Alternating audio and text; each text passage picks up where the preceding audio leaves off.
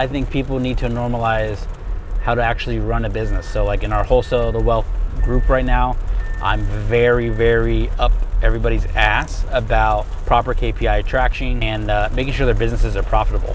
It's something to this day that I still struggle with, I still hate doing, but it literally runs a business. And I had to pay hundreds of thousands of dollars in other masterminds to learn this, but that's how you, one, get a business to sell. That's two, that's how you know if your business is successful.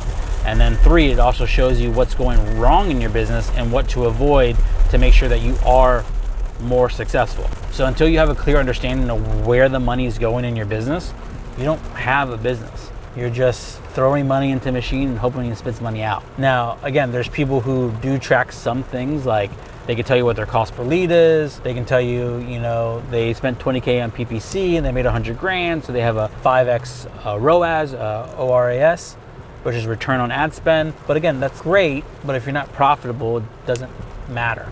I've been the guy that made millions and millions and didn't actually have millions in the bank account. So you just have to make sure that when you're running businesses, you know all the numbers.